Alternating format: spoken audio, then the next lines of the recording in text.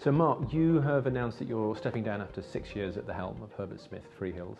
Talk me through that. Why now, and how did you come to the decision? Well, James, it was an easy decision, and it was really two things that were motivating me. One personal, one professional. The personal one was a desire to return to Australia and frankly to do something different with the rest of my career. So that was a big motivating factor. The second is the firm has been through a very cathartic merger and integration period over 7 years, 6 of which I was fortunate enough to lead through. And it's ready to write its next chapter, and that next chapter needs a leader that can be around for the next 6 or 7 years. And that's beyond the time frame I think I can commit to the role. Yeah. And what about your style of leadership? Has that had to change over the 6 years?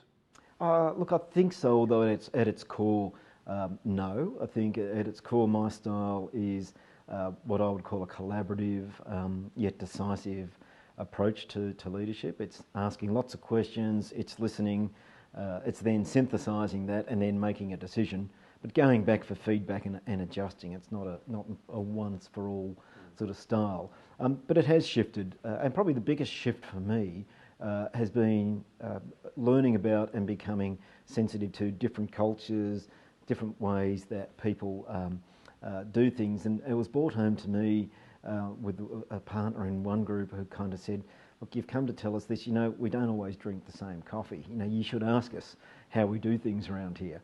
So I think the big change for me is just being aware of different subcultures and cultures within the firm.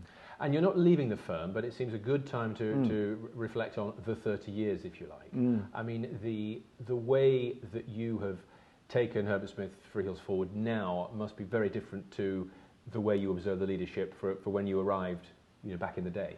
So back in the day when I started, the big focus was on being a fantastic lawyer. We'd sit in these ivory towers, clients would come to us, they had a problem, we'd sort of nod our heads sagely, and it was all about the technical advice and the skills that went with that, and that's what we celebrated. And so leadership was actually about saying you are a great lawyer. Fast forward 30 years, now it's actually about understanding what the client wants and giving them what they want.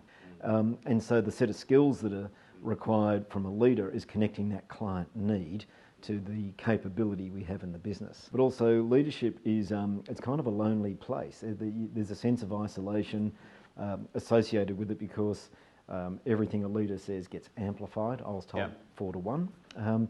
So very careful about what you say and therefore need to think about where you get your advice from. So I've always had a mentor and a coach on the way through. A mentor was an American who lived in London to help me try and work out how the Brits do things. And a coach is someone who can help me sort of think about business issues, interpersonal issues, conflict, those sorts of things. And one thing I would call out for me, which I didn't expect, which was a pleasant surprise, was just how helpful the law firm leader community is. I've really enjoyed interacting with my peers, and they've been incredibly generous in terms of, gee, how are you going? Oh, pretty well, but I'm really not sure what to do on this issue or that issue. People have been generous, and it really has taught me that actually we can actually compete with our peers, but we can also collaborate with them. Frankly, there's some common problems where leaders in law firms should be able to come together and try and make a difference. So one would be mental health. Again, you pointed to the 30-year history before. That was a complete taboo when I started. No one would ever sort of admit that they had a mental health issue.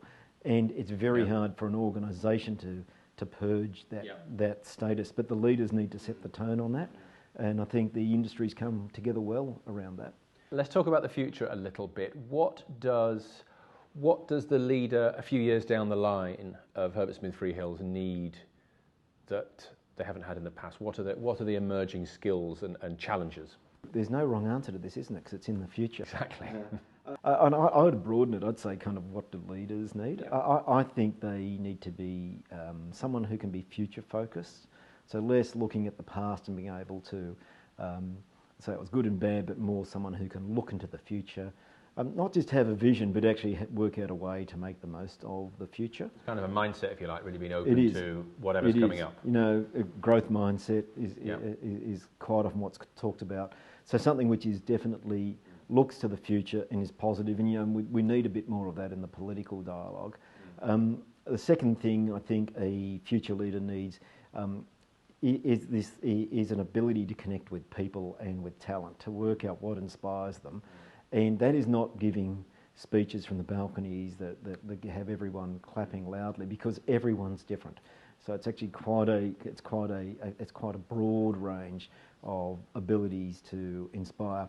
I think the third thing for me is a future leader needs to deliver, and you need to deliver because that is what gives you the air cover to do some of the more innovative experimental pieces. Yeah. Okay. Future focused, inspirational, and delivery orientated. And finally, Mark, what does your future hold? Not sure on that. I'm still thinking about all of that. One thing I know is I'm not finished yet. And you'll have to wait around to see what the next chapter holds. Okay. Thank you very much. Thank you very much.